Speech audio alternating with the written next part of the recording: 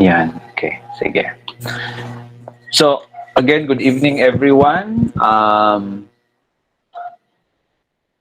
Okay, so we will try to, as I've said, we will try to finish the philosophical foundations of the 20th century article tonight, and then we will also discuss the beyond objectivism and relativism.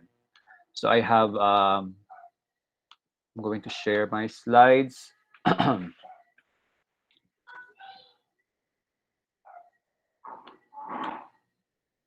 Okay, so if you remember, last week we tried to discuss the first part, no, of the article, 20th century philosophical foundations of the 20th century. And for Gadamer to be able to answer this question, what are the philosophical foundations of the 20th century, he would go back, no, to the prior century, that is the 19th century. And he would say that the main figure, no, in the 19th century in philosophy was Immanuel Kant. And Gadamer discusses um, how Kant, no, tried to address or respond to that um, issue, sort of tension, no, between philosophy and science. And what Kant did, no, in his program is to sort of reconcile, no, the two using his own metaphysics. And how did Kant do this? No, he would say that the justifications, no, the rational justifications, the principles behind the many scientific laws are actually um, based on what he would call this metaphysics, no, his own metaphysics, referring, for instance, to the a priori forms of space and time, as well as the categories of understanding. So for Kant, no, this so for Kant, he believes therefore that there is no need, no, to treat science as a threat, no, to philosophy. When the 20th century came, no, of course, according to Gadamer, no, the main philosophical figure, no, that became sort of, in fact, a precursor also to contemporary philosophy was Hegel. And Hegel um, tried to also address, no, the problem primarily. He would address the problem primarily concerning the relation between the knower and the known, the subject and the object, no, in his own um, um, ambitious philosophy. And the solution, no, that Hegel found, no, to sort of address this problem is his what he would call the Hegelian dialectic, no, um, in which is a very abstract process, no, which starts from the notion of the subjective spirit, no, and the subjective spirit goes out of itself, tries to objectify itself, no, and becomes objective spirit. Therefore, no, but in becoming other than itself, the subjective spirit, no, does not stay there. No, tries to recover itself. It goes back to itself in the process of as part of the process of dialectic. And from there, no, according to Hegel, no, you have now the absolute spirit, which contains nothing, no strangeness, no, which can be described as a fully transparent self that knows everything. So that's the absolute spirit. Okay. Now, so Hegel then believed that if you go back to the whole problem of the subject-object dichotomy, the problem about the gap, no, between the subject and the object, he was able to solve that, no, by through his Hegelian dialectic.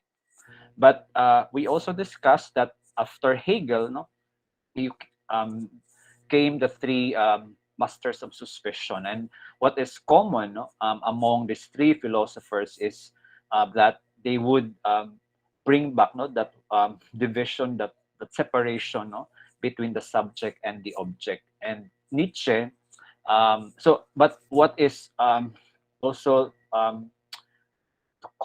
the common argument that runs no through their different philosophy. It's the object here is not only the separation between the subject and the object does not only refer to the object that it's outside no of the human subject, no, the object of knowledge, no, outside of the human subject, but there are mostly pointing to that the self, no, with the self of the subject itself is already broken. Okay, so the other, no, or the object that um, in this context, the three masters of suspicion is referring to is the self of the individual.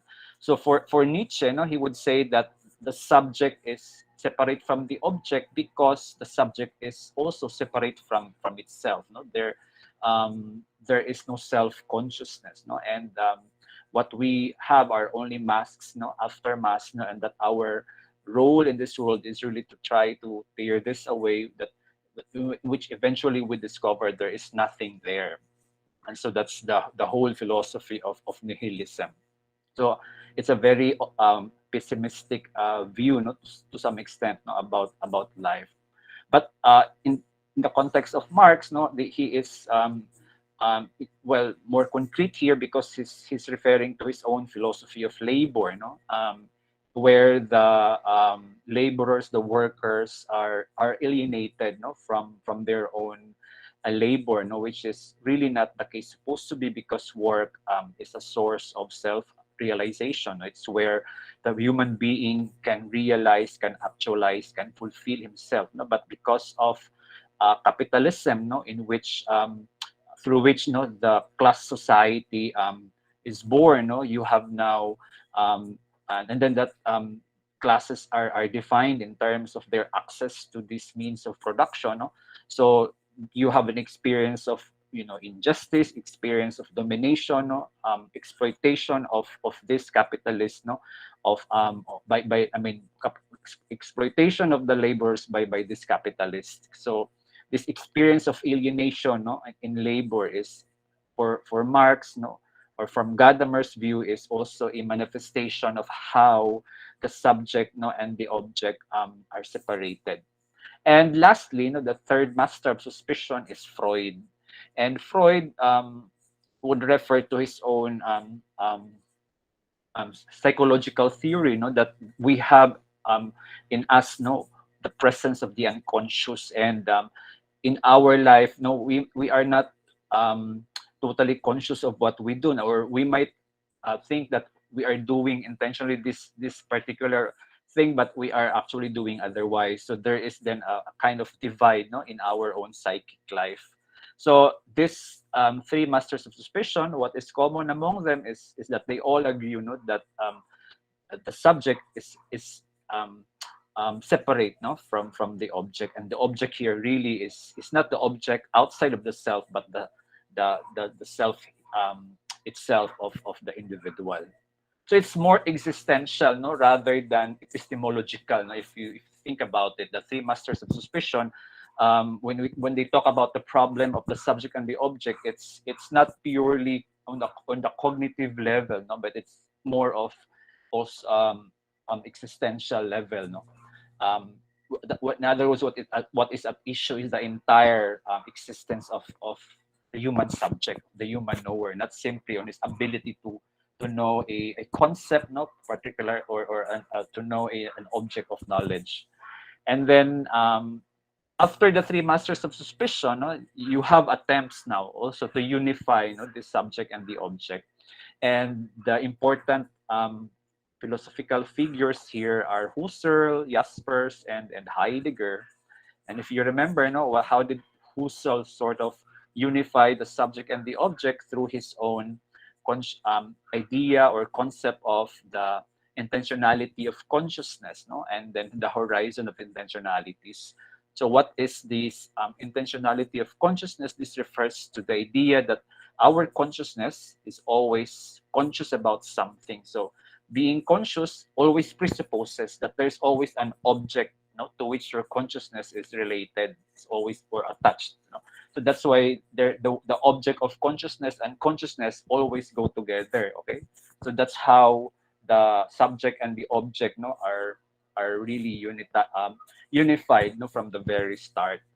The horizon of intentionalities, meanwhile, no, refers to the sort of the figure ground model, no, that you will only be able to perceive the figure through the background, no. So the example here would be that painting hanging on a wall. No, you can only see the painting because of the wall that surrounds the painting. So the horizon of intentionality primarily refers to this whole idea of figure ground model. Jaspers, still, no, the concern of Jaspers is more existential, no, and here he was referring to the situations where he calls, no, boundary situations or limit situations in which we are most conscious about ourselves, but this consciousness about ourselves, however, is characterized by not being able to objectify oneself because we are immersed with what we are doing, no? Like when we experience moments of crisis, no, where we become parabang fully absorbed, no, it's too difficult to get out of the situation, no? And the basic examples here would be, let's say, when someone, let's say, experiences death in the family or losing a loved one, so or perhaps rejection, no, so or bad, more or less not so good things in our life where we are caught up, no, with our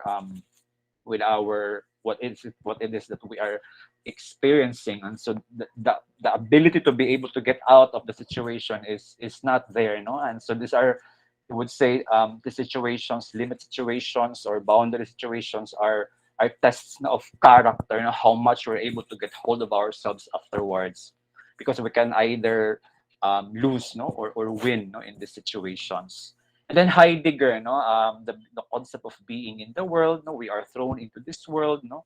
So the idea of that there is a parang our primordial experience with the world is really more of an immersion, no? More similar, more some extent to what Jaspers is talking about. But Heidegger is not talking about crisis situations. He's talking about the everyday things that we do, no, that absorb us completely, no, just like writing a paper, no, that you forget about everything, where you become one with what let's say the equipment that you are using, like the laptop, no? Or the carpenter, no, that is building a house, no, na is too caught up with what he is doing, no, so he only becomes conscious of what he is doing perhaps when he would, for example, hit his thumb, no, when he is using the hammer or something like that. So when there is an experience of sort of brokenness, no, when the routine is broken, that's where you become conscious of yourself. But during the whole time, no, that you are building a house, no, or like a carpenter, or writing or teaching, diba?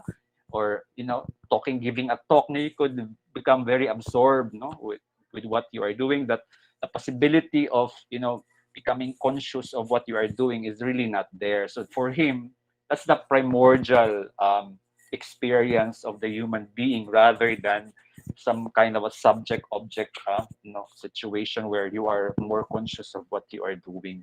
So that's Heidegger. Okay, now let's go to that the latter part, no, of the text, where Gadamer tried to expose, no, the three naive assumptions of German idealism.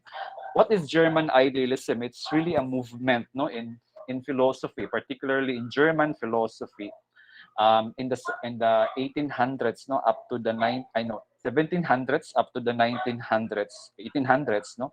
But it's called German idealism, but it belongs to the whole movement of course, idealism, no, in which the idea here really is that everything in reality is dependent on the ideas, no, on human thinking, on human thought. So, and in for German idealism, no, the main representatives of this movement, of course, include Kant, no, um, Hegel, and then Fichte and Schelling. I'm not very familiar, no, with the work of Fichte. I have not read them, and Schelling, but that's why I'd like um, I'm more familiar, no, with Kant and Hegel. So, what does Gadamer's, no, say about German idealism. So Gadamer precisely, here is trying to criticize, German idealism, this heavy reliance on the power of the human thought, as if it's really the ultimate basis of reality. And so he said that there are three naive assumptions, of German idealism. And the first assumption is he would call the first naive assumption is this naivete, of the assertion. So what does this naivete of the assertion mean? Um, Gadamer would go back to Aristotle, in which he would say that the proposition, is the seed of truth, And what is that proposition that he is talking about? It's actually the sort of assertion. No? It's an assertion of a judgment, and this assertion of a judgment is either true or false. Later in modern philosophy, the notion of assertion or proposition has been understood as some kind of adequation, to perception, or comportment of a judgment, to what is there. So, in other words, you have here the term, or the idea that perception is an assertion. Now, what is the naivete of German idealism according to Gadamer?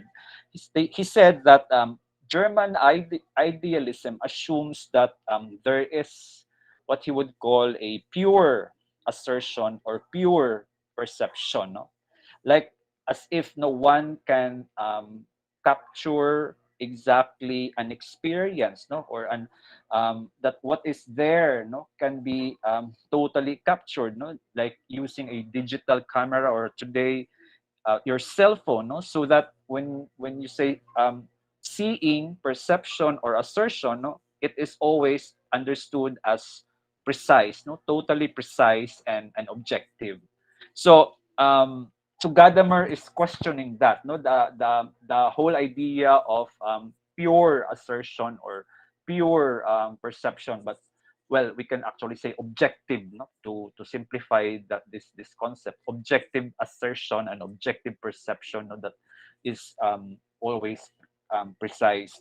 So Gadamer, would criticize this, and he would say that when you think about pure assertion, pure perception, it's questionable, because for him it is impossible to totally capture, or exactly capture an experience, um, just like perception, when someone perceives something, um, what a person perceives is basically, um, to some extent, influenced, by the person's context. The one who is perceiving something is always has, to some extent, influence, on what he or she is going to see. So perception, therefore, is always based on the one perceiving, and that's why, um, for Gadamer, when you talk about judgment, it is never a pure objective judgment, as if there is a one-to-one correspondence, like when you see something, when you see a chair in front of you, or when you see an object in front of you, for Gadamer, it is wrong to assume, or it might be too much to assume that what is seen is always would correspond, to what one has thought of. So that's why when we say pure, it means capturing exactly what is there, independent from the biases of the perceiver or seer or judge. So here, what really Gadamer is trying to point out, is the whole notion of objective perception, of objective seeing, of objective assertion. So he would he would criticize that, and um, using the insight of another philosopher, si Max Scheler, Gadamer says that perception cannot be pure because it is only a product of abstraction.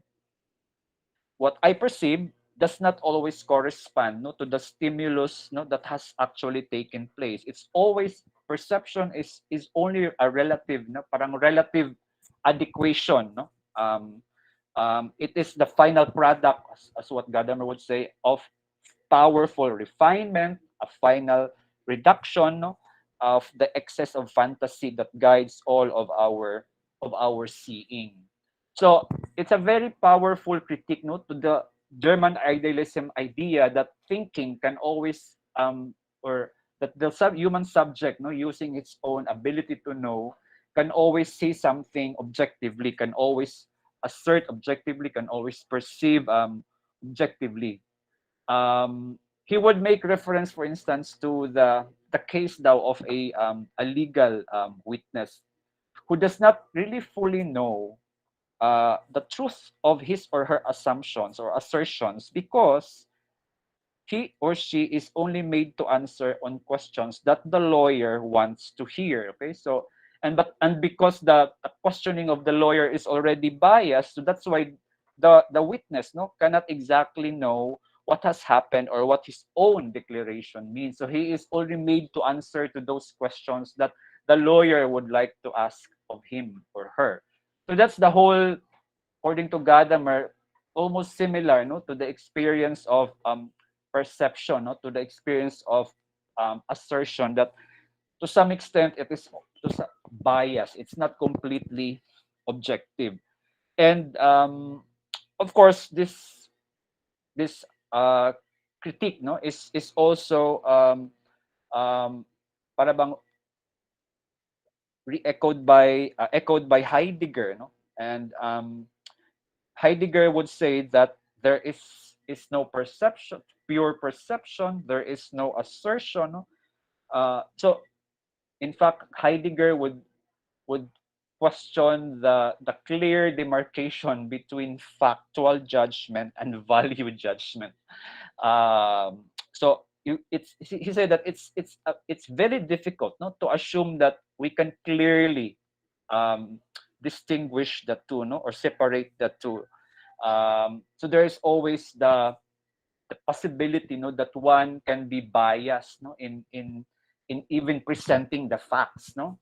Um, just like a let's say a journalist, no, no matter how the journalist, for instance, would would argue, no, that they're always presenting the facts themselves, no, but the way the facts are presented, the way it is being arranged, no, the way it is being organized, for Gadamer is already a perfect example of how a certain degree of sort of bias, no, of from the part of the journalist is already influencing, no, the facts themselves. So I don't think for Heidegger and even Gadamer, I don't think they would completely uh, deny, no, the presence of facts, no, like the dates, of birth, etc., etc.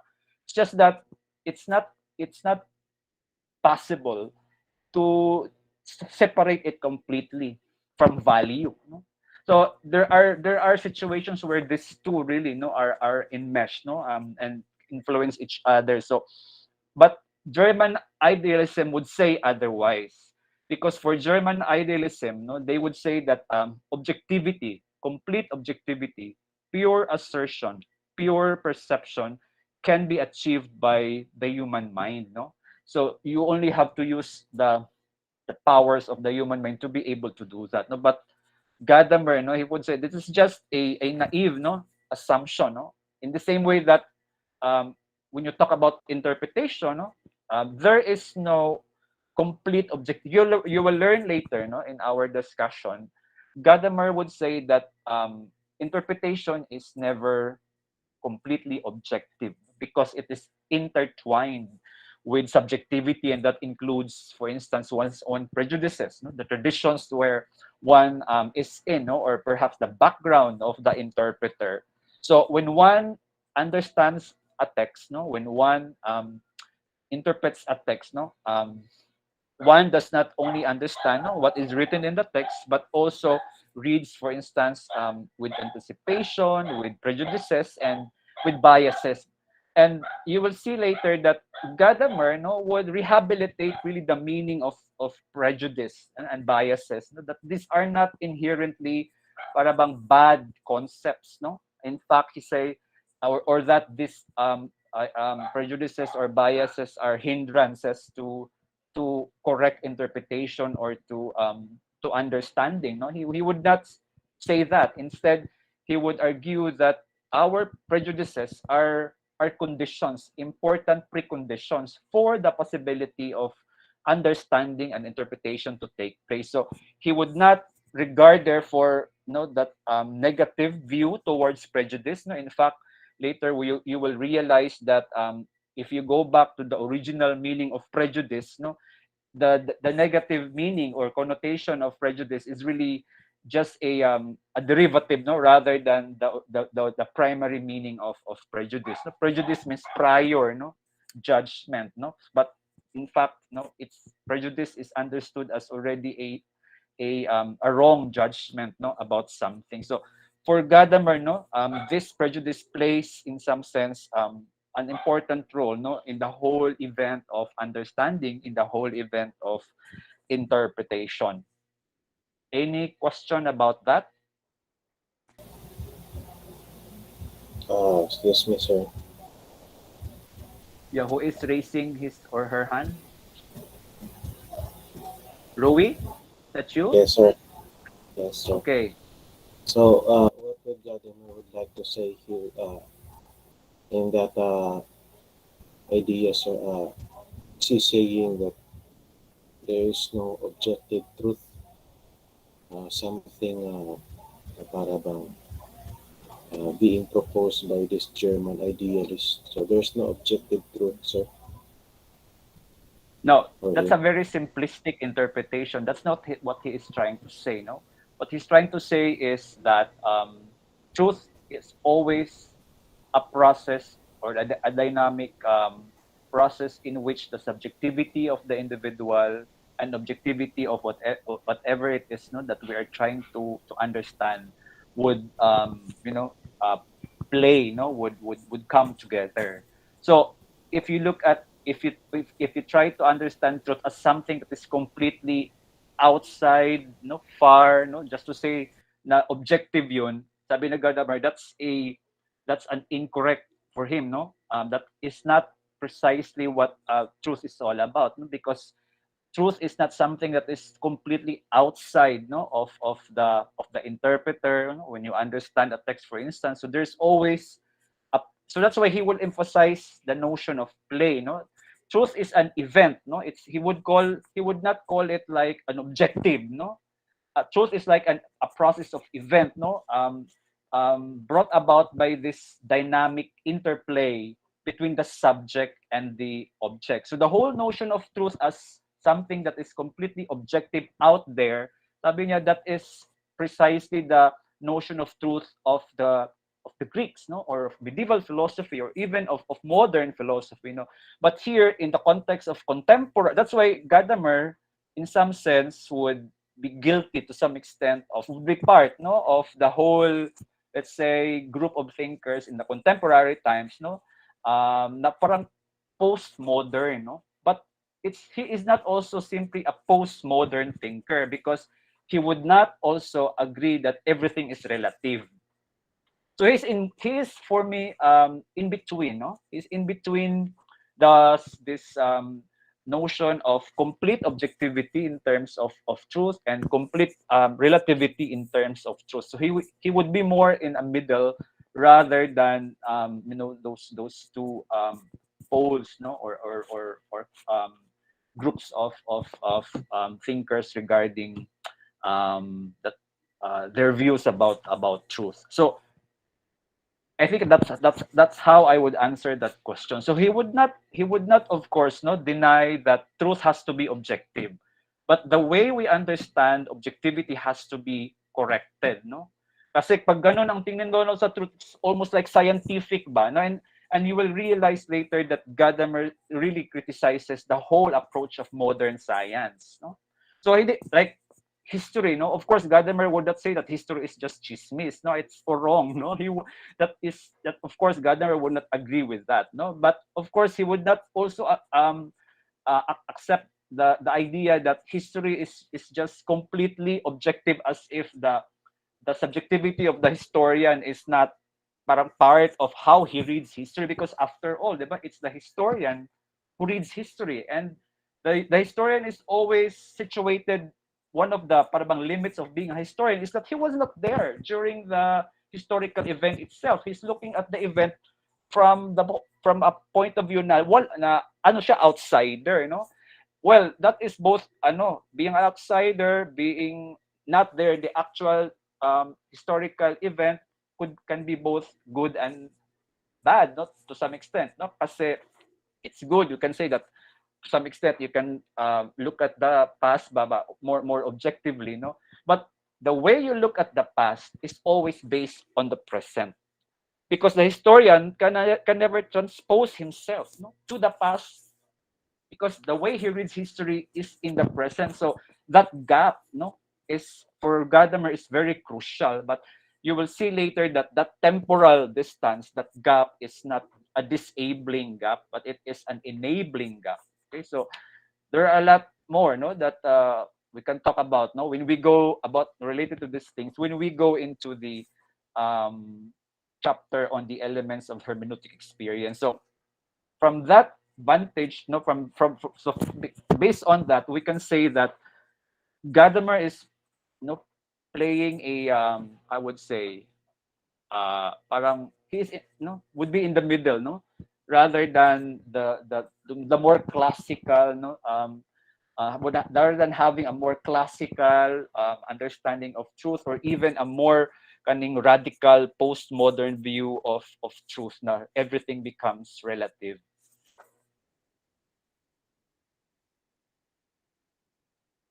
Okay, so who else raised his hand earlier? Rene, ikaw ba yun? Did you raise your hand, Rene? Yes, yes, Doc. I just want to simplify, no, the quote here, and or the sentence here, and I quote that Gadamer would ask or would say that when we perceive a correspondent sensuous or psychological stimulus that has actually taken place, rather the relative adequation of perception that we see what is actually there, no more and no less, is the final product of powerful refinement, a final reduction of excess of fantasy that guides all our seeing. Actually, Gadamer is too just Mm. it's so humble enough to critique the way a person, a human being could think, no, in in a reality that is sensual, means to say the person perceived the reality, but he is too humble enough to say that the pure perception is an abstraction. The process is the thinker cannot easily think directly, conclude the conclusion, but in a form of a detailed knowing of the reality that is being posed in our sensing process.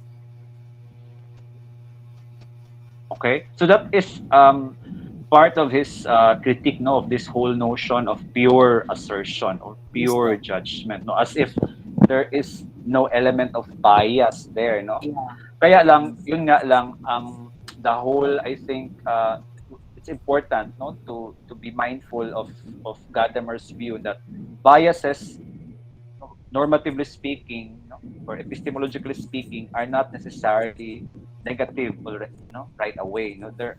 So that's in fact, you will see later that these are important for how one can assert, no, or how one can understand, no, how one can interpret text, no, for instance. So but what he is trying really to highlight here is that the the invite of the German idealism, no, which believes in complete or pure assertion is naive, no, is it's not completely correct, no, to say that there is pure assertion, there is pure judgment, no, that we can make um, clear demarcation line between fact and value.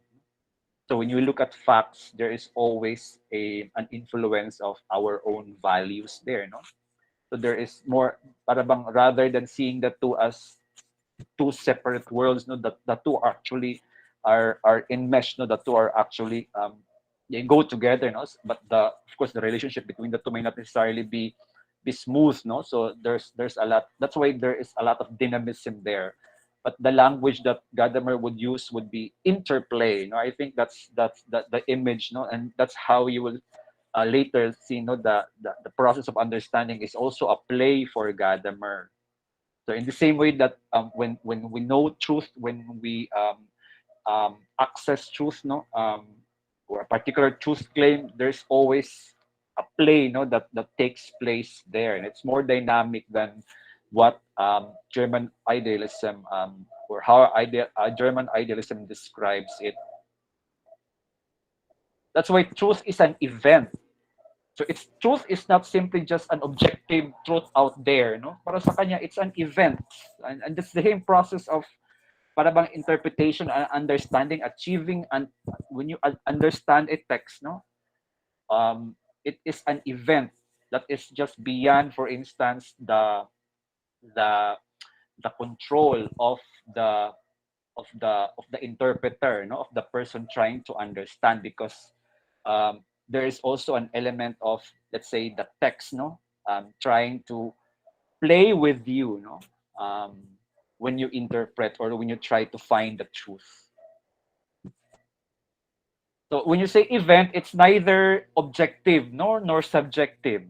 That's how you think about it. It's more of something that is really completely para bang something that is not completely under your control, no, because it's an event. But it's not also completely under your. I mean, it's not also completely or beyond your control, no, kasi you are also part of the play, right, no? But you're also being played. Parang ganun ba ang paghahanap ng katotohanan daw, sabi ni Gadamer. So ano ba sa Tagalog ang event? Isang mga Pangyayari. pangyayari. Isang pangyayari, okay? Yes, Anthony. Yes, Doc. If I may add a little, in my gradual understanding of what Gadamer is trying to say, um, well, Gadamer, I think he wants to highlight that the knower is an active agent. Is not only the receiver, but he is an active agent. However, though, this knower as an active agent brings with him or her his or her own biases, her own context in the interplay, in the interplay, in the discovery of an an event. So that's what I get in the discussion. Yeah, pero let's just try to when you say that the human knower is just a mere passive receiver, no, uh, so that kind of para bang description or understanding about the human knower can be traced back, for instance, to the time of the Greeks, no, where the human knower is simply dependent, for instance, on how being reveals itself, no, to the human knower. Okay, and that's why what I as a knower would do is to wait, no, for the revelation of being, no, and for the revelation of truth, no. So that's true, no, during, I mean, that is typical of the way the Greeks understands, no, the the relationship between the human knower and truth, for instance, no.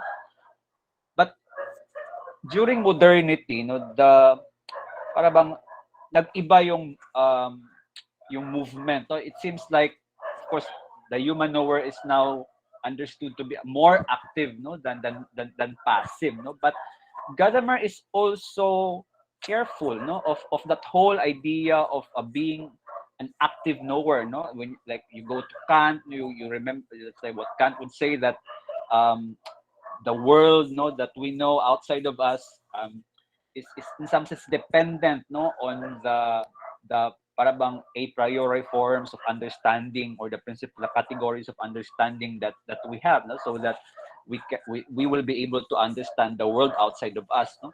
or the postmodern idea that everything depends on the subject, no? So Gadamer is also in some sense careful of that position, no? Because he would also respect, no, the otherness of that something that we would like to know, no? That's not some, it's not just para bang we can do anything with it, no? Depending on what we, how we see it, no? Parang complete relativism, 'di ba? In complete relativism, what happens here really is that the human knower becomes really the ultimate para bang basis of everything, no? As if there is no parang there is no respect, no, for the otherness of what that particular human knower is trying to know. And Gadamer is careful, but because he would still believe, no, that the otherness of whatever it is, no, that we're trying to understand, no, the object of knowledge is respected, no, rather than be para bang understood capriciously, no? So that's why he would say that understanding, or truth is not simply uh, relative. It's not simply subject. It's not simply subjective. No? There is an element of objectivity of whatever it is, no, of the truth, no, that we are trying to understand. So yun lang. That's a bit more careful while we say, no, we that for Gadamer, the whole idea notion of knower is more is understood as active, no, rather than passive.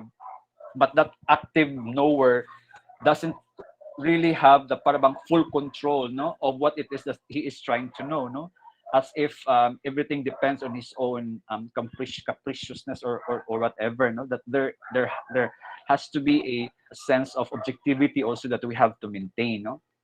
So I think that's how I would respond to that answer. You know, that there's a need to be careful as well. No, in this how, we understand the active knower, no, as opposed to the passive knower, no, during the Greeks. Um, okay, we go to the second naivete, no, the naivete of reflection. What is this naivete of reflection? According to Gadamer, uh, German idealism thinks that reflection is the highest mode of existence. No? And what happens in this process of reflection, or in the act of reflection, the person, no, that is reflecting would treat the object of his reflection as a complete, no, um, object that would mean distant from him or her, outside, no, of him or her. So that's why you assume some kind of distance, no? You assume some kind of yeah, a distance, no, and that's important because um, it's only by, having this kind of vantage point, no, where the person reflecting can totally see the objectivity of what has happened, no? Parang if you go on a retreat, 'di ba? You try to objectify the past, no? Or you try to objectify yourself, no? When you try to do reflection, no? Tinitingnan mo yung buhay mo, you look at yourself, no? And from a certain vantage point, that is regarded as an objective, no, objective point, para you will see what needs to be corrected, what needs to be improved, no, in your life, no. So this, in some sense, according to Gadamer, this notion of reflection, no, where you have a vantage point, no, which from which you can look at yourself, sabi niya that almost mirrors, no, the ambitions of Hegel, no, that where you have a being that is completely self-transparent, no, or that completely possesses itself, no, a self-conscious self, a self-conscious being, no. In other words, and according to Gadamer, an objectifying consciousness. So the reflective spirit is the absolutely free spirit, sabi niya. And by through this, no one um, is able to attain some kind of absolute knowledge about oneself, which is the highest mode of presence of the spirit. But okay, sabi ni Gadamer, what's wrong no with this whole notion of um, um, uh, ref- parang objectifying consciousness no in the process of reflection? He said that not all reflection, not all processes of reflections or ano ba yan, events of reflection or cases of reflection treats its objects of reflection as an object. So, what are examples here? Sabi niya, we cannot, for instance, objectify our psychic acts, no? So, here he is talking about parabang cases, no, or instances when reflection bends back on the process itself, no, so that we cannot objectify the act of reflection from what it is reflecting about, no. So, in other words, there is no complete distance between the act of reflecting, the act of reflecting itself, and what is reflected on, no, what you are reflecting on, since the subject reflecting is at the same time the object of reflection. Does that make sense to you?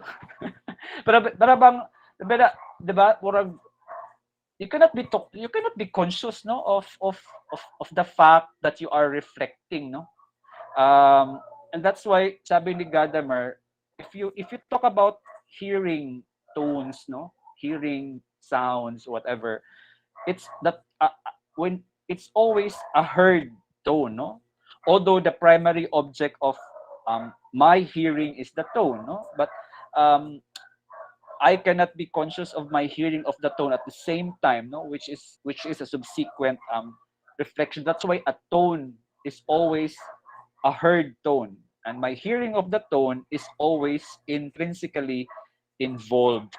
So, what Gadamer is trying to tell us here is really the whole concept of non-objectifying consciousness. So that there are forms of consciousness that are not really objectifying. There are forms of reflections that are not really objectifying, because we cannot treat the object of reflection as something that we are conscious about, no. So so I think ito yung sinasabi ng mga lived no experiences no, in which we cannot be we cannot separate no the act of reflecting from what you are trying to reflect on, because the two actually go together, no. Just like matter and form, sir. Mm-hmm. So, but I don't know, have you experienced that when you try to reflect on something, no, the reflection bends back, no, on the process itself, because we cannot objectify no, the act of reflection from what it is reflecting about. So that's the limitation of our consciousness that is um, completely different, no, or not recognized by Ger- by German idealism, because when they define or describe reflection, it's always as if you are from a vantage point and that you look at yourself, no, objectively, which Gadamer is not really always the case, no, because not all reflection no can treat its object of reflection as an object.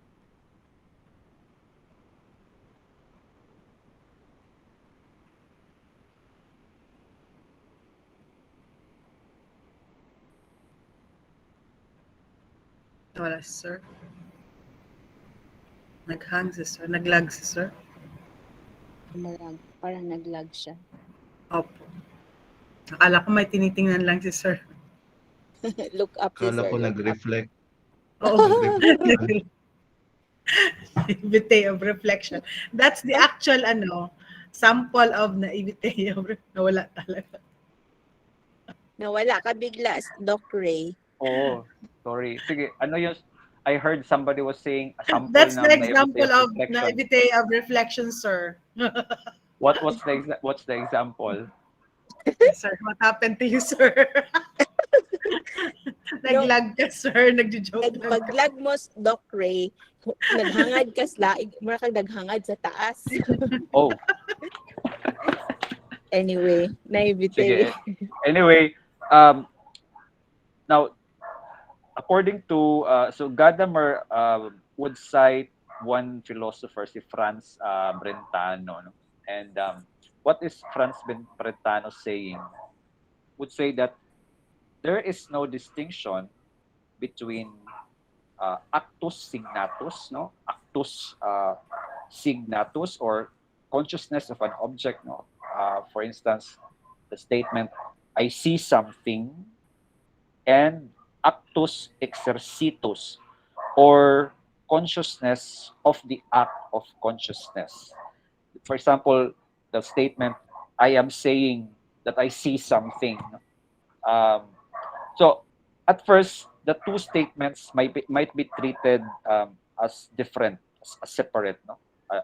When you say, I see something, and then the other statement would say, I am saying that I see something. But not exactly, sabi ni Brentano, because the statement, I am saying that, is not the first awareness of the act. The statement, I am saying that, is not the first awareness of the act. The act, and I quote here Gadamer, originally taking place, no, I see something, is already an awareness of such an act. When you say I see something, so the statement that says that I am saying that I see something, that's the only moment, no, when one becomes conscious of what it is, what he or she is seeing, is not really the original um, consciousness or original awareness. No, in fact, the statement I see something, according to Brentano, is already an awareness of such an act. So it is already something in which my own act is present to me. Although yun nga, the consciousness of the consciousness here is not necessarily an objectifying consciousness. It's a non-objectifying consciousness. No? Similar to the heard tone. No? The tone, when you hear a tone, it's already a heard tone. No? You cannot be conscious of your hearing of the tone. No? Kasi when you hear a tone, it's already a heard tone. Okay. Does that make sense to you? So you cannot be conscious of the act to be able to let's say para bang say that there is a hearing of the tone, awareness of the tone, no? You cannot just say that you try to become aware of your hearing of the tone, no? Because the tone is always a heard tone. In the same, parang it's almost similar to what um, this Husserl was saying about consciousness. That consciousness is always conscious about something. No? The object of consciousness is not something that is just added later on to the whole structure of consciousness. Because when you say consciousness, it already assumes that you are conscious of something. There's already an object of your consciousness. Otherwise, you are not conscious kasi you are not conscious. There is no object of consciousness. So that's how hearing of the tone really is also a non-objectifying process, that where it's always a heard tone, no, that the experience is always the heard tone. So that the kind of consciousness that we have here, no, is non-objectifying. We are not saying that we are not conscious, no, we are conscious, but it's a non-objectifying consciousness. Parang, 'di ba, when you are also absorbed in something, with whatever it is that you are doing, no, there is consciousness there, right? It doesn't mean that there is you are not at all aware of what you are doing when you are immersed in writing a paper or reading a book. No, there is a consciousness according to Gadamer. But the consciousness that we have is really a non-objectifying consciousness. And that's something that the German idealism missed, no, in their description of reflection, no. Sheila, I it seems like you are so deep in thinking. Okay, can you share what it is that you are you have you have I know you are thinking. Yeah, yeah, yeah. I think that is what happens when we're talking about reflection earlier, reflection, no? Mm-hmm. Um, we we cannot be totally conscious when we're reflecting in a Mm-hmm. sense because when we're reflecting, we're on it, Mm-hmm. right? But anyway, was what was running in my head when I was listening to you.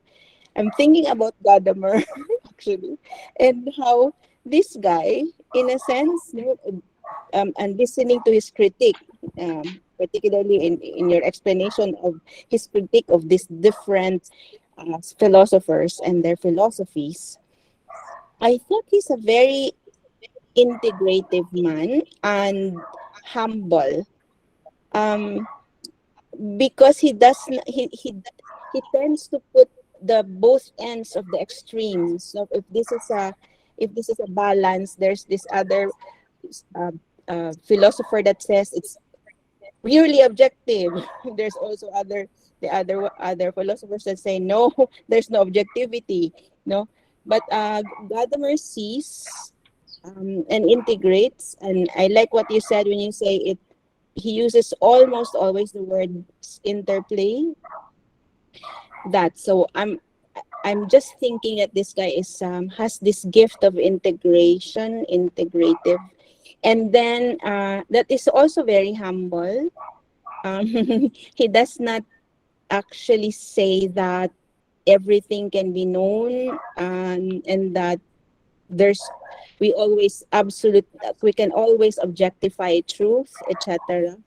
There are so many angles to look into, and I think I'm going to really like this guy. I hope we'll be able to understand him better as we progress in our lessons. But already, as I read temporal distance, and as well as how he explained the value of prejudice or bias in terms of in terms of approaching a truth, no, approaching it, something, no? So to understand the truth better, anyway, that's just my wild thoughts. Was I was thinking about this man that I was trying to say earlier, diba? So, God damn it, Gadamer. But now I'm beginning to just say, oh, Gadamer, you are a gift probably to this world in terms of interpretation, which will probably be helpful at least for us who are start. Of course, we are trying to really become more attentive and attuned to interpretation so that we get closer to the truth, closer to the truth, our search for the truth. Well, you will be surprised later, especially when we discuss tradition and prejudice, that Gadamer's thoughts, no, are really attuned to Catholic thinking, no, Mm-hmm. especially the value that we give to, for instance, traditions, no, as opposed to the more secular, way of, for instance, reading the Bible, or even with regard to our own faith life. So Gadamer, in fact, describes, not really justifies. No, he's not into normativity, discourses on normativity, but he's a phenomenologist, more describes, no, the whole the tradition, no, and sort of rehabilitate the value of tradition, no, as opposed to the modern scientific view that tries to para bang disregard, no, the value of tradition in our own life, no, whether faith life or being humans, no. So you will see that, no, in the section, for instance, on prejudices, no, and traditions, how he would say how valuable, no, the value of tradition in our lives, something that we cannot completely detach ourselves from, no.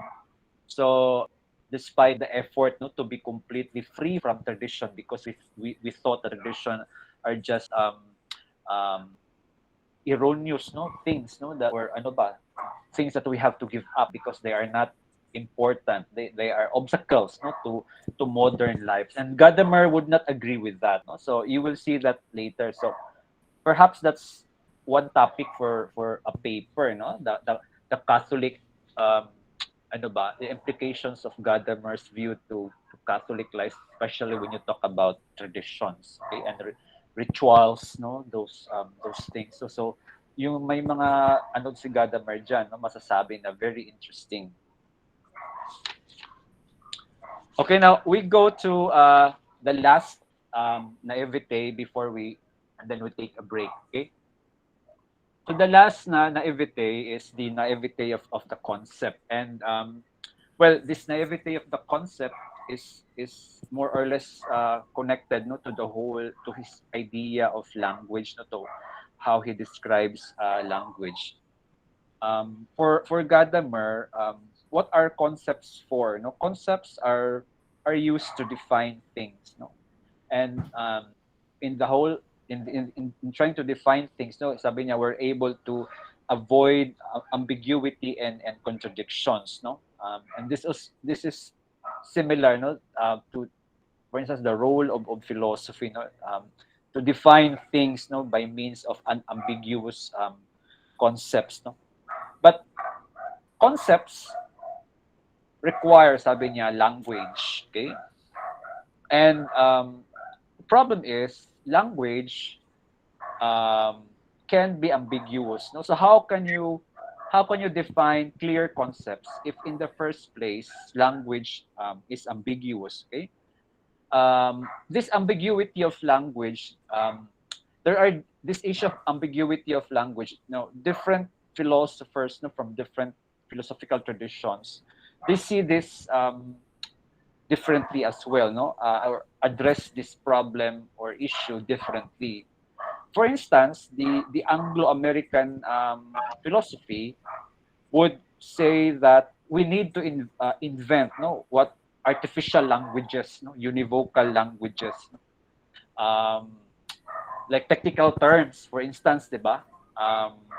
Or in science, there are scientific terms, for instance, that we try to invent, to be able to avoid this ambiguity in language, right? No? So, 'di ba, in the thesis nga, no, we try to define terms, the description of terms, because that's the way by which we can avoid misunderstanding, but we can really make our concepts clear, or so we define the terms, so the Anglo-American philosophy, for instance, Wittgenstein, at least the early Wittgenstein. Kailan ba mo ni Wittgenstein? Okay, so si Which Wittts, T pa Genstin. Okay? The early Wittgenstein would propose that, that we try to create or invent, what he calls univocal and artificial languages, like technical terms, to be able to avoid, this ambiguity in language. Or some people would propose, the whole idea of meta language, na parang beyond the ordinary language, because to avoid nga ambiguity in language. But of course, going back to Wittgenstein, although he would say in this early work that we need to create univocal and artificial languages, later on, he would revise his view, that um, um, he would say, if there were artificial languages, it somehow presupposes that there is a natural language, and that's why he defines language later on as having the function of mutual understanding, and that's where the phrase, very famous phrase, language is like a game, where he emphasizes the purely functional sense of words. Okay. But what does Gadamer say, about language, about all of this, and he of course, he would go against, the Anglo-Saxon project of creating a universal and artificial language, and we will know more, of course, this topic, when we go into the role of language in interpretation, to be presented by the two of your colleagues, to for your classmates.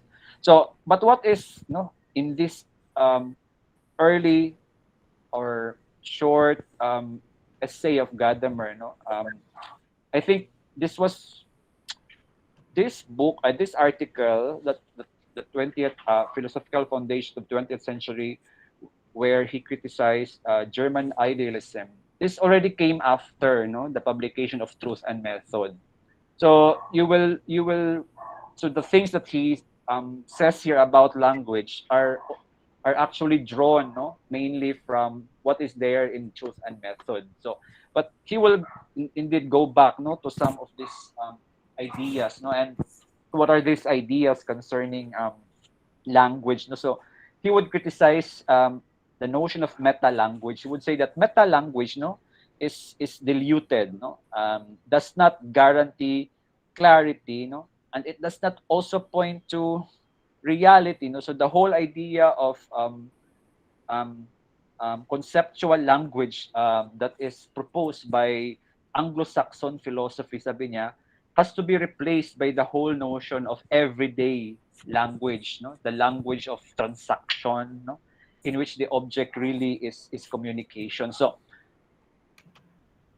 the what to simplify Gadamer's notion of language, of course his notion of language is grounded in ontological you know is based on the ontological turn of hermeneutics, um, for him language is not a concept, language is not about technical terms, it's not about meta language, but it is um, the language is connected, to how do I say it, to our everyday life, and that's why sabi niya, when you talk about learning languages, you don't learn a language by um, really beginning with, sabi niya, although in that's not how it is done, of course, in schools, when you go to a school that where foreign language is taught, for instance, sabi niya, but language is to learn a language is to swim with the language, not to objectify it, like learning first the grammar, the alphabet, it's more of really jumping into language itself, and that would perhaps include understanding the culture, which that to which that in which that language is being spoken, so that you will appreciate, or easily learn more easily the language, the foreign language, because language represents also a worldview. So language in that instance is really it's not it's not a concept that we try to learn, it's something that is present in a situation, it's in between. Language is in between two people, and that's why for Gadamer, when we use language, we cannot pay attention, to it, it's more of, again, what he's trying to say here, a certain degree of unconsciousness when we use a language, we become one with what more about reflection po ba, we become one with language when we use it, so of course that's not how language is learned, for instance, 'di ba? Especially when you learn a foreign language, which is more conscious rather than unconscious or natural, but if you ask Gadamer, perhaps the best way to learn a language is to go to France, no, to learn French, or to go to Germany to learn German. It's easier, no, rather than, you know, para bang you immerse yourself, no, with the culture, with the language, no, and that's the best way to learn this language. So what he's trying to say here then is that language is, it's not simply a concept, no, it is that in between two people, no, and that the object, or the the primary para bang goal, no, of language is really this understanding, this communication, no. So language is learned in a rush, no, not learned according to uh, um, name theory, no, and the other idea here that Gadamer would say is also about language as not a possession, no, it's not it's not a possession that we, an object that we possess, no, in fact it is more of an experience, no. So we do not learn language as a concept first and then apply it, no. He would say that we swim in language, and that's what language is all about. So it's a very beautiful description, no, of our relationship with language. It's not really something that like a tool, no, that we use, no, that's outside of us, no, but in fact we are one. We are one with it, no, and that's why, diba, when in communication, diba, when you are too conscious of that grammar, if you're too conscious of the language that you are trying to use, no, in conversation or whatever, event that is, parang you will lose, no, the train of your thought, no, what is supposed to be said would be forgotten because you are too conscious of the language that you are using. So that's why I say, Gadaber, that is not our primary experience with language, no. We are not confronting an object, no, when we use language, no, but in fact we are one with language, no. So yes, Ma'am Gloria.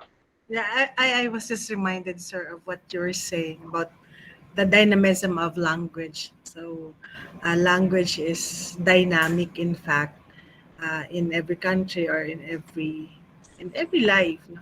So when I want to learn how to speak English, I remember when I was a child, I I didn't know how to pronounce words or to articulate, my feelings. I just realized that, well, if I want to learn to speak, articulate myself, or express myself in this language, I just have to, well, I just had to feel like I am in America. Mhm. So so in that way I would be able to make sense of this language that I would use. Am I making sense, sir?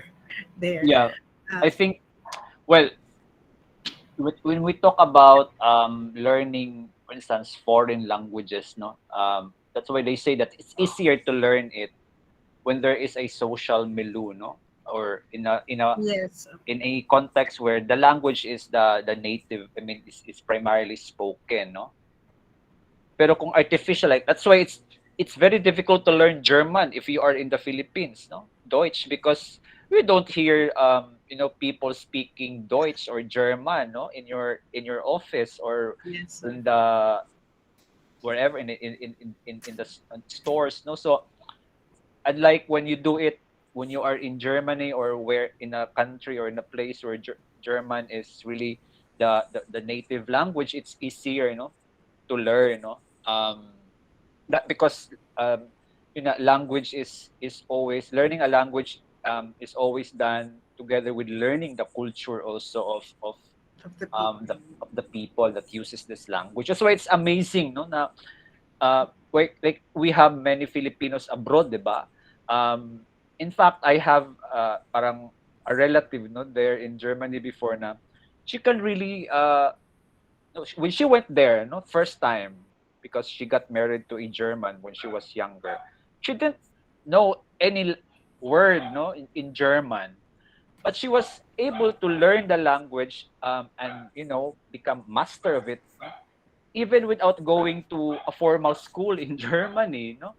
So ako, when I learned German, of course, there in the Netherlands, I went to a formal school, no? So I really know the before, no? Nalimutan ko na. We started learning the alphabet. So almost alam ko yung grammar, no, subject verb agreement, but when you listen to her, I realized na mali-mali iyahang grammar, no? Mali-mali iyahang grammar, dili mag-agree iyang subject o verb. So, but she's able to communicate. She was able to to her husband whatever she wants to say to him. So that's interesting, no? Kasi so that's one experience, no, na I realized na in language, no, grammar is not really the primary thing that Yes. matters, no, in language, no.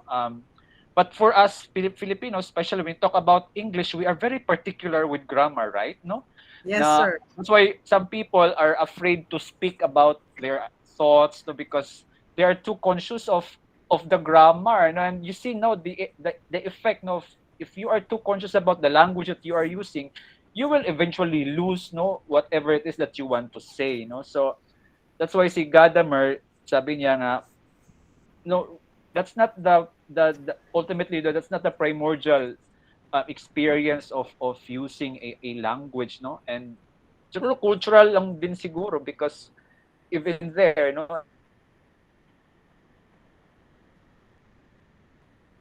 in no, they're not very particular with that. Pero kita mo bagting gyud atong mga dalong ganun mali yung grammar na.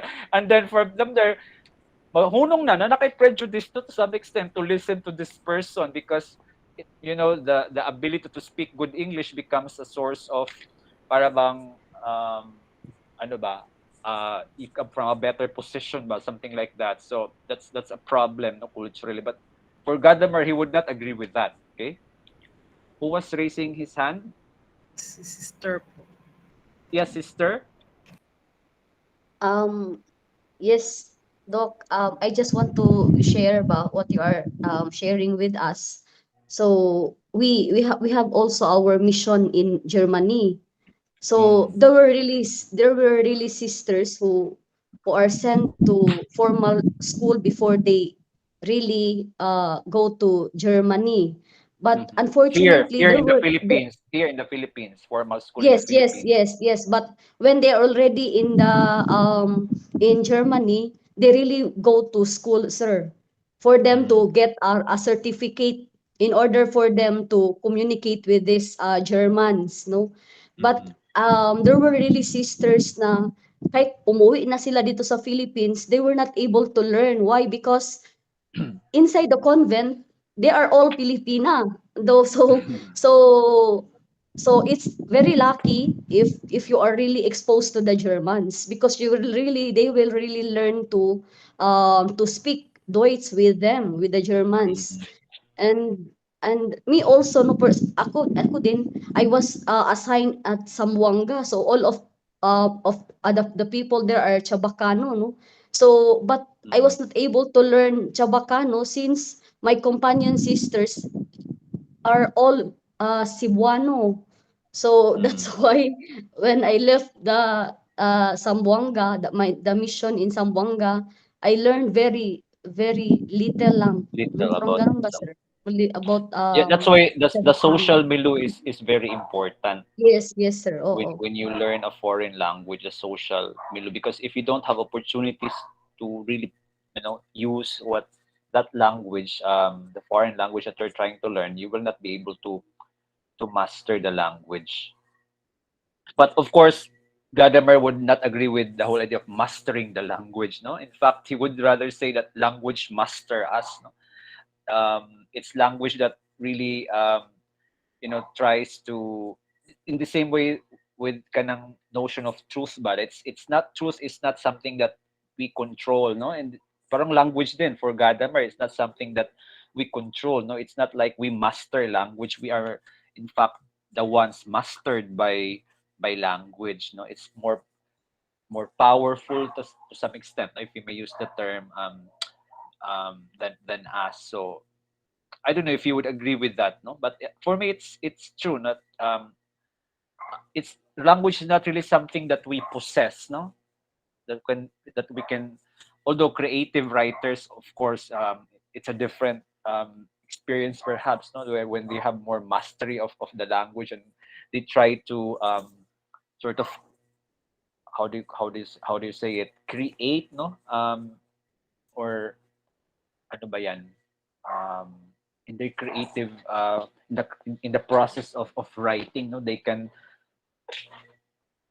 be very creative in terms of how they coin terms, or those things. Yes, Jeremiah's.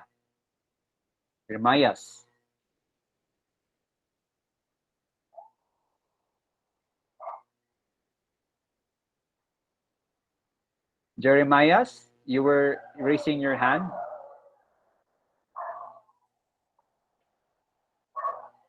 Unmute. I think can you unmute yourself? Yes, I already muted my. Uh, hello. Can you hear me? Yeah, we can hear you. Hello, hello. Yes. Okay. Hello, hello. Wala man to sa telephone. Yes, sir. There's a problem with the connectivity, but yes, in terms of language, I remember the book. I forgot the title. Paulo Freire. I Paulo think Freire. here is I think. developed. I think he has seen the artificiality of language. So many people adopted foreign language, but of course the culture, the so say the life within the language is not really shall we say a kind of life for them, no? Kahit nga maraming Pilipino magaling sa magsalita, pero yung tono nila, sir, minsan Pilipino pa rin, Ilonggo pa rin siya or Cebuano, no? Kasi yung gimaster lang yung, of course, yung tama yung sabi nila ng grammar, but how about the use of an axe, no? Kasi yung axe talagang gamit niya ay paggawa ng kahoy, but it will never be learned kung walang encounter with the axe. No, not only the word axe. So kayo yun yung ano ni Paulo Freire, parang marami din siyang nakalaban doon sa mga, of course, yung foreign education, no? But I'm not saying I'm against to it also, pero maybe there's a time for us to really go back yung mga nilalaman ng language natin, lalo na yung Filipino.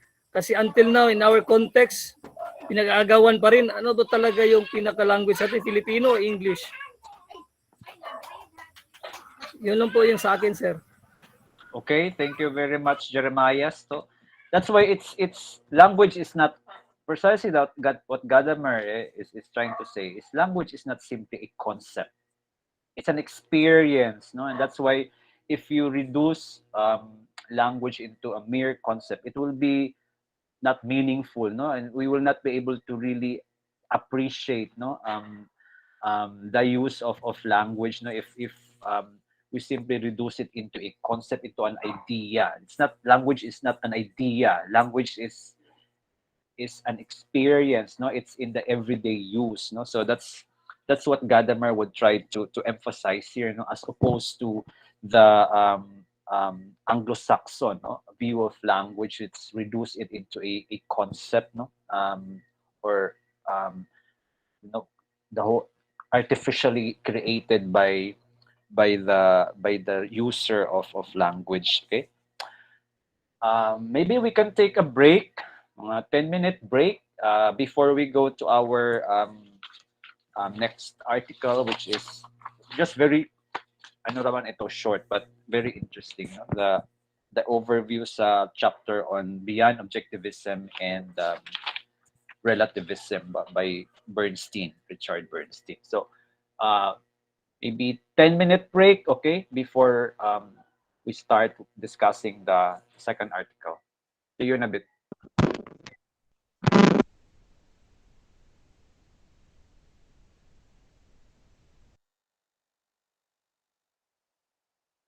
Uy, Norme. Norme. Norme. Musta ka diya, day? Normelita. Di ka madungog langs. Unsa man na imuhang asa man taong kagibutang Ginoo nga nag kadiya. Uy, Asa ka? Niadto kag babak.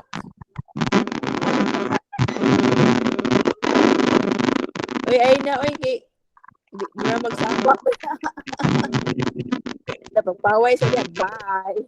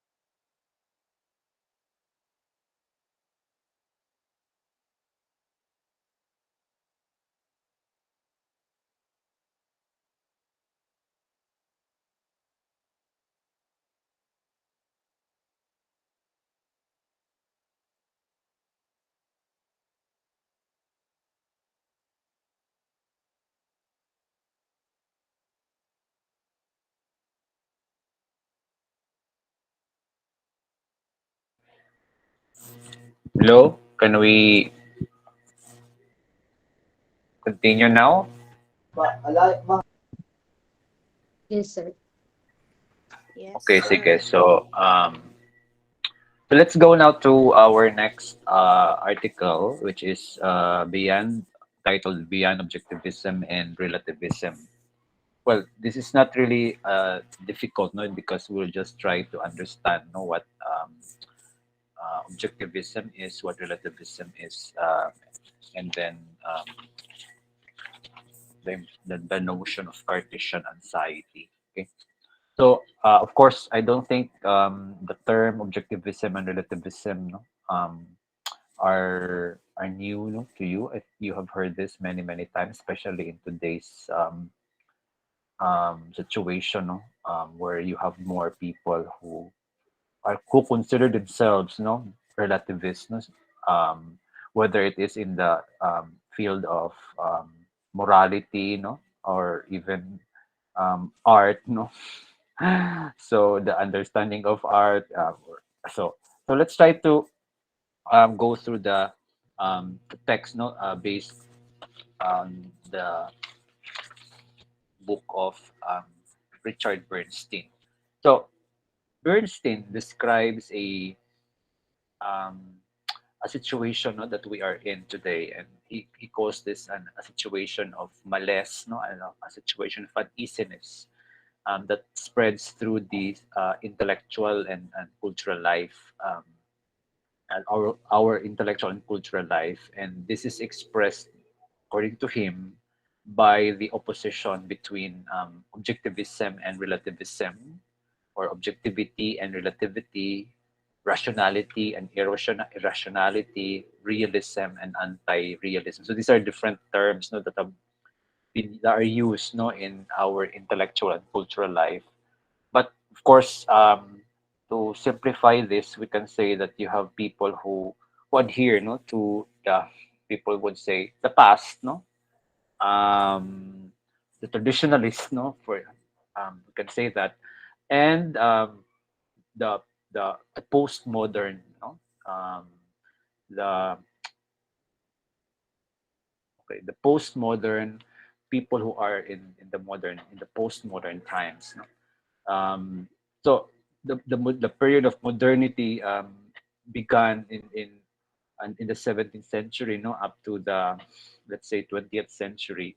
But the 21st century, they say, is already a period of postmodernism, and there is a huge departure, no, from, this is called postmodernism because this is a major departure, no, from modernity, no, and what characterizes modernity, in some sense, no, can be traced back to objectivism, no. So, although we can say that modernity is a departure from period of classical Greek, no, um, they are actually more or less um, common in terms of their belief in the whole idea of truth, no, that truth is objective, that's out there, no, that we try ourselves to make ourselves adequate to, no. So the whole notion of objectivity, no, um, although in the context of modernity, you know, especially in enlightenment, um, the access to this objective truth um, is made through our done through our the use of human reason, no? That so that if we the idea there, no, if we remember Kant, if we simply trust, no, our reason, what our reason tells us, we will be able to arrive at the truth, no, absolute truth, objective truth. Okay, so again, truth there is defined as something that is objective and something that is out there. But in post-modernity, no, this has post-modernism. If you have heard the names like Foucault, no, Derrida, no, this people, no, really would argue a different view of truth, no, a different view of reality, a different view of let's say um, yeah, what truth is, what even morality is, what beauty is, no? So that um, of course, no, there is this recognition of the power of the human being, but this power of the human being is even more radicalized, no? So that para bang everything now depends on this human knower, depends on the subject, no? So therefore you have concepts or ideas like moral relativism, no? And I'm not sure, no, if, for instance, this whole um, project of para bang disinformation, no, is is something that is connected to this, no. But I don't think it's the truth is relative, no. It's something that we can discuss, no. But of course, there are of course other issues behind this, no, political political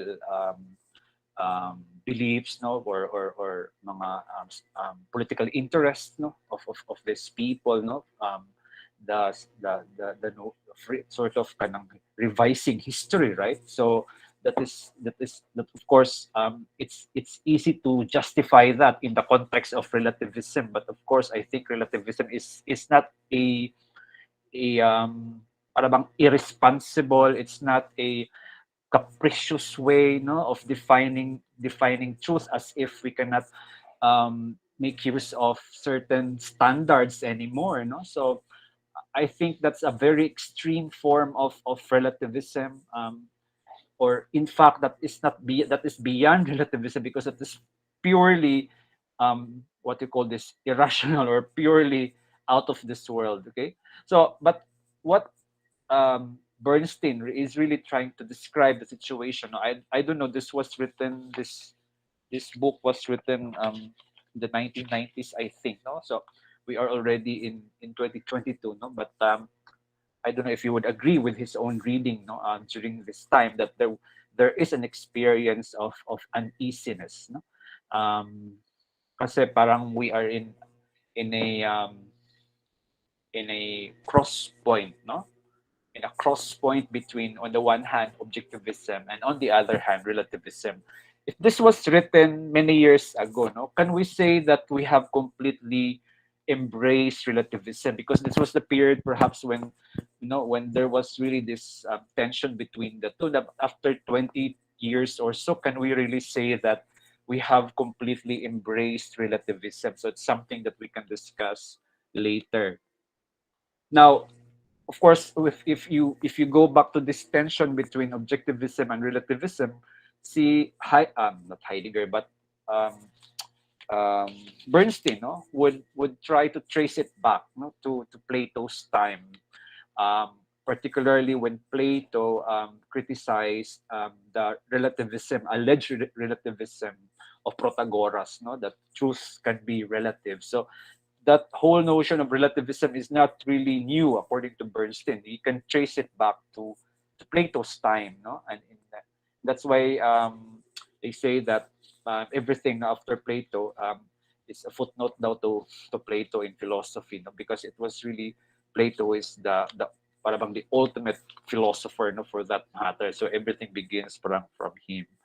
So so what is that, no? So what is the experience previously, no, in the context of objectivism? That it's a period on, we can perhaps imagine here the period of modernity, no, and you can think about Kant, you can think about Hegel, you can think about Husserl, for instance. That this is a period of intellectual confidence, no, and optimism, that human beings, no, as human knowers, are very powerful, that we can seek or find the truth. We can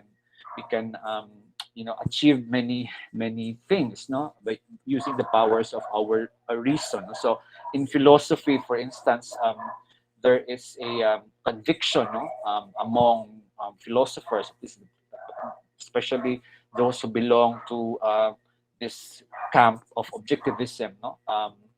There is conviction that a secure path for philosophy, or the right method for making genuine intellectual progress has been finally discovered. So this is a very modern attitude, no, in the context of modernity, no, and you can somehow, for instance, relate this to Kant, for instance, no, when Kant was very certain, no, that through the use of our a priori forms of space and time and categories of understanding, no, we're able to discover, no, and understand many things, no, achieve some kind of intellectual feat. Okay, so this is then how objectivism is defined. No? That there is some permanent ahistorical matrix or framework to which we can ultimately appeal, no? In determining the nature of rationality, truth, knowledge, reality, goodness, or rightness. Of course, it's easy to imagine here, for instance, in moral in the discourses on in more moral philosophy, right? Like if you remember Kant, no, would say that the morally good, no, the morally right is always universalizable, is always universal and absolute. For Kant, morality is never contextual. It's never relative, no, to the experience of the human knower. No? Sabi ni Kant, what is morally good is um, something that goes beyond cultures, no? Goes beyond the subjectivities of individuals. And how can we reach this notion of morality is when we use the our reason and we follow the those maxims of the categorical imperative.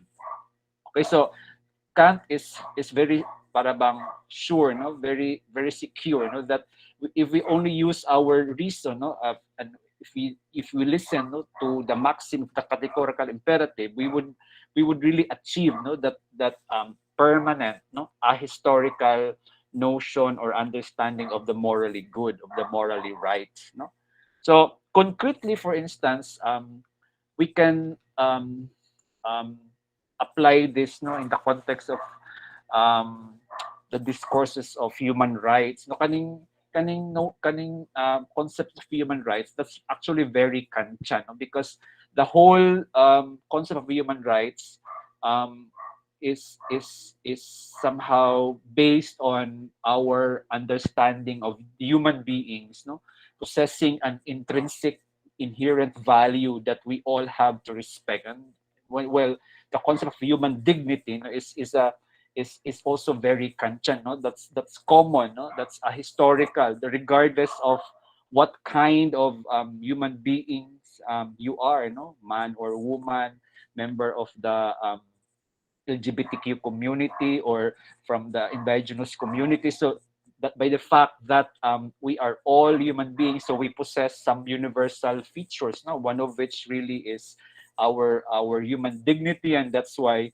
we need to recognize, no, certain human rights that we all possess inherently as human beings. So that is an example of a permanent, no, this from the perspective of Kant, no, a permanent, a historical understanding of morality, no, and similarly, similar ideas, no, can also apply to knowledge, no, to truth. That truth is always absolute. It's always a historical, no, and this notion of truth that is ahistorical, that is universal and permanent.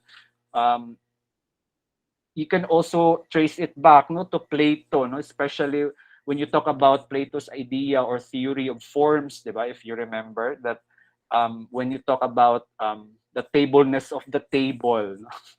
So the truth behind the table, what makes the table is the essence of the table, and that essence of a table is ahistorical, it's permanent. What is that? No, I don't know, but the fact is that this idea of the table is represented in different things. No, that's why you have a round table, a square table, a rectangular table, a triangular table, but even if they are of different appearances, why do we still call them a table? Because there is an essence of the table, and that essence of the table, whatever that is that which makes a table a table. All tables table. Pero saan 'yun? Sabi ni Plato, that is in the world of ideas, in the world of forms. And these are all these essences, no? These ideas of the tables, of human beings, of the horse, whatever that object is, no? Um, they are permanent, they are universal, no? They are unchanging, no? They are ahistorical. So these are in fact examples, no, of this whole idea of objectivism. So objectivism um, is not only present, no, during the time of the Greeks, no, the Greek ideals, but of course, no, during uh, in modernity, no, in modernity as well. So this permanent historical framework, no, or matrix that we can appeal to, no, is closely related to the search for the Archimedean point, the foundation, the ultimate foundations. No, so that's objectivism. That's how it is defined, and there, of course, there are many philosophers, no, who are considered as proponents of objectivism. No? And so you go back to ancient Greek and medieval philosophy. In modern philosophy, you have Kant, okay, as Husserl. And then in contemporary philosophy, of course, you have sino ba ang objectivism today? Of course, I'm not very sure with well, I think Hegel, no, would be one of those, no, in contemporary philosophy. But postmodernism is precisely the enemy of objectivism, no. Um, Although if you think about Gadamer, no, is he an objectivist? No. Is he a proponent of relativism? No. He is in between. So para siyang half-half, okay? Half-half half-half si Gadamer, okay? So okay, so on the one hand, okay, so he would agree with objectivism. On the other hand, he would also agree with relativism. So half-half. But we'll see that later. But that's how, when you try to make some kind of categories, no, among thinkers. So you have on the one hand a lot of philosophers who believe in universal truths, no, objective truth, no, objective morality. These are really proponents of objectivism. So there is an absolute certainty. There is foundation, no, so that's part of objectivism. But of course, no. So when you go to postmodernism, no, in contemporary philosophy today, at least in one area of contemporary philosophy, no, there are questions, no, skepticisms about these vocabularies of like foundations, no, the use of methods, scientific methods, no, rational criterion of evaluation. So what they say, no, this skeptics of objectivism, no, so really the proponents of relativism, they would say that there is just a plurality, no, of incommensurable paradigms, no, paradigms that do not really are always competing, are always in conflict, no, that cannot be reconciled, no, always in tension. No? So you have incommensurable paradigms, theories, no, conceptual schemes or forms of life. So this includes paradigms related to morality, related to truth, no, related to knowledge. Okay, so this pluralism, no, this diversity. Of course, now, no, that's why you have discourses of inclusivity, diba? Inclusion, because yun nga, diversity, there is cultural diversity out there, no? But not only cultural diversity, but moral diversity. So everything is diverse, no? So from the point of view of relativism, no, they say that basic convictions, no, their basic conviction is that there is no permanent universal framework, okay, of morality, of beauty, of truth, of knowledge, of rationality, but only a plurality of them. Okay, so well, so and further, they would say that we cannot speak of a single meta language, no, by which we are able to para bang adjudicate rationally, no, or univocally evaluate these different competing paradigms. So we end up simply, no, with this diversity of paradigms, with this diversity of truths, diversity of moralities. Okay, so it's impossible to find a situation, no, by which, or a meta language, no, the term here, where you can somehow adjudicate, no, para bang way, no, rationally speaking, um, what is the better paradigm, no, which is the better paradigm. So I don't know if you like it, if you like this view. That is a very radical, very postmodern view. No, you only have to think of, let's say, EJ, 'di ba? So he is he he para bang um, packages himself as one of those who believe in relativism. Okay, so so what is happening here? No, that from the point of view of relativist, no, the objectivist mistakes what is historically or culturally stable for the eternal and the permanent. Okay? From the point of view of the objectivist, no, they say that the relativist actually commits self-contradiction, no, or inconsistency and paradox because truth becomes both true and false. No, that's the problem with relativism, diba? When everything is being accommodated. So how do you distinguish true and false? No, does that mean that what is true today may become false tomorrow, or what is false today will become truth tomorrow? So what's going to happen then? Everything would go into what they call self-contradiction. So ito yung parang sinasabi din ni Derrida, no? Parang si Derrida would always si Derrida, the French philosopher, no, the notion of difference, no, sabi niya that everything is always um, a situation of undecidability, no, where we are now in a situation of undecidability. So that's why we cannot completely decide on something. Everything is always temporary, no, everything is always temporary, parang gano'n, no? So the decision, the situation of undecidability, no? So maybe you can say maybe ito yung true today, no? But tomorrow maybe something else. So that's how um and that's why it's, if you think about it, no, sabi ng mga objectivists, that's precisely problematic because you would commit yourself in self contradiction, no, in inconsistency, no, because of um, undecidability, no, that truth can be both false, true and false. Now, Bernstein, no, would try to be hard. I don't know, but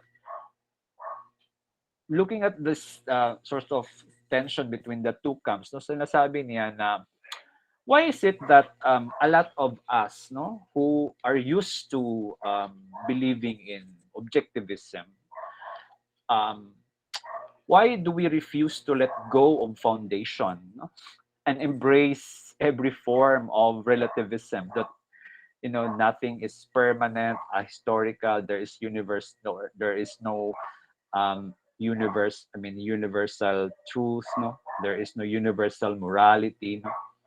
um Sabi niya, we can go back, or we can trace it back to the meditation of Descartes, no, and here is more existential, no, um that, that he is referring to the journey of the soul, no, the idea that life is finite, no, there is dread, there is fear, and there is anxiety.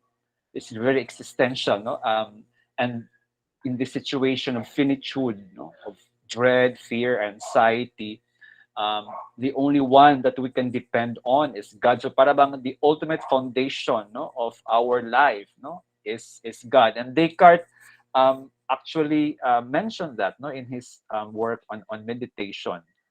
But what happens now, no, para bang in our situation today, para bang in the contemporary times, no, Um, Bernstein is saying that all of a sudden, no, we fall into deep water where I can neither make certain of setting my feet on the bottom, nor I can swim and so support myself on my own on the surface. So this is the situation that Bernstein calls an either or, no?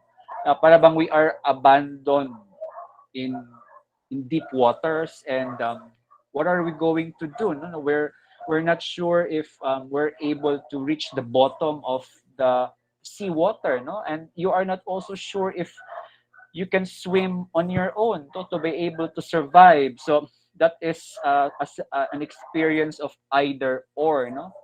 So sabi ni Bernstein, this is in some sense related, no, to other to our own situations in life, no, that we are always in constant quest, no, for some fixed point, for some reliable rock. It's part of our nature, no, para bang as human beings that we always seek for something that is um, fixed, no, that we can rely on, something that we can rely on, or a foundation, in other words, no.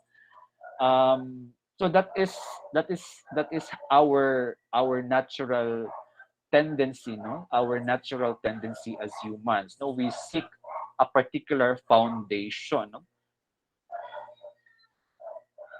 But sabi niya, tama na, last na yata to, last na ba yan, yeah, we seek a particular foundation, no, but yun nga, that's the problem in in this tension, no, in this experience of tension between objectivism and relativism on the other hand, no? Are we really ready to give up this foundation and embrace relativism, no, uh, as what is being proposed by, or now being for instance being done by proponents of relativism, no, but the intuition, no, the reading of Bernstein is that we are not just ready to do it. Ako personally, I well, I don't completely agree with the relativism. It's, I don't know. Are you ready to give up all foundations in your life? No? And relativism is which is what relativism is really saying, no? And that's contrary to our experience, no? According to Bernstein, because we are always in quest for some fixed point, no? For some reliable reliable rock. We are not yet ready not to give up um, all these foundations. So that's why the Cartesian anxiety, according to Bernstein, is primarily a religious. No, it's a metaphysical. It's also an epistemological and even a moral anxiety. Any thoughts on this matter?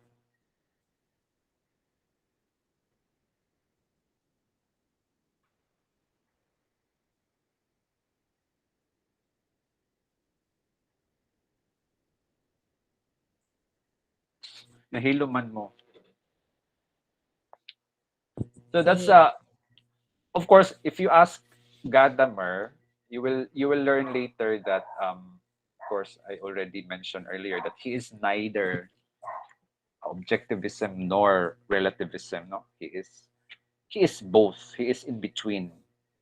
And how did he do it? It's a very interesting thing, no, you will see it more later, how he puts himself in the middle and tries to defend, no, himself, no, and describe, no, that situation. Because today, even if you have people who would go for relativism, there are still philosophers, no, who would believe in this idea of objectivism as opposed to relativism. Okay, but how far Gadamer is able really to defend himself, no, being um, having placed himself in between, that's something that we can discuss in the next sessions. No, when we go to the actual reading of truth and method.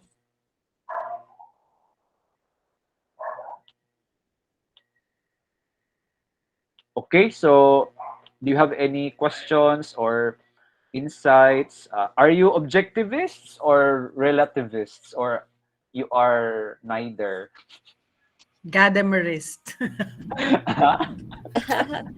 Yes, Anthony.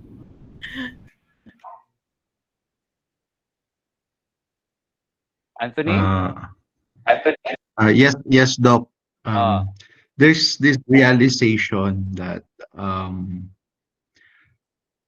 there is uh, for me there is an invitation to bridge objectivism and relativism, and at least in the quest for knowledge or the quest for rationality.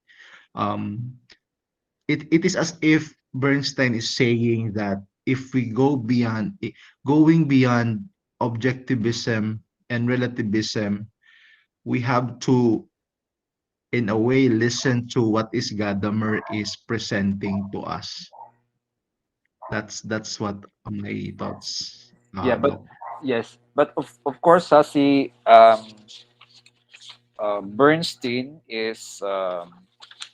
I don't have a copy of the book, no. I'm not sure if he makes references, no, to Gadamer later on, no, in this book on science, hermeneutics, and praxis. I'm but I think he would make references to Gadamer, especially that Gadamer is a major figure, no, in philosophical hermeneutics. Um, but I think Bernstein would also be in a middle position, no, following Gadamer. I'm not I'm sure, no, that he would not go for. Of course, he will. Um,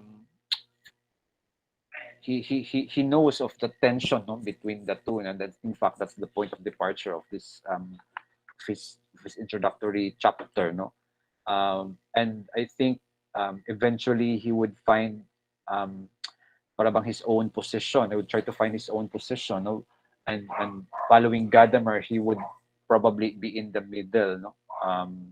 Be and but that in the middle is really beyond objectivism and relativism. It's not completely objectivism, no, on the one hand. It's not also completely relativism on the other hand. So it's in the middle, but it's beyond objectivism and relativism. But it's interesting, no, you will see later that Gadamer applies that in interpretation.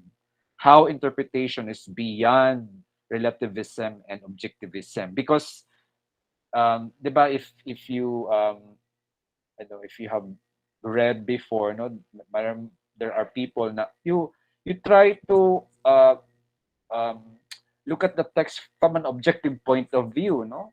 Um, there is a certain method, for instance, to be able to do that, no, that you avoid misinterpreting the text by following certain methods, no. So that's why interpretation is assumed to be always objective, no. Like you are performing a mathematical problem, no, that you arrive at a mathematical an objective solution, no, to the problem, no.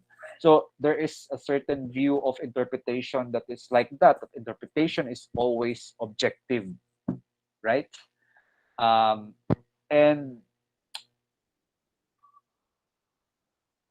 how does it apply, for instance, in the interpretation of the Bible na objective, no?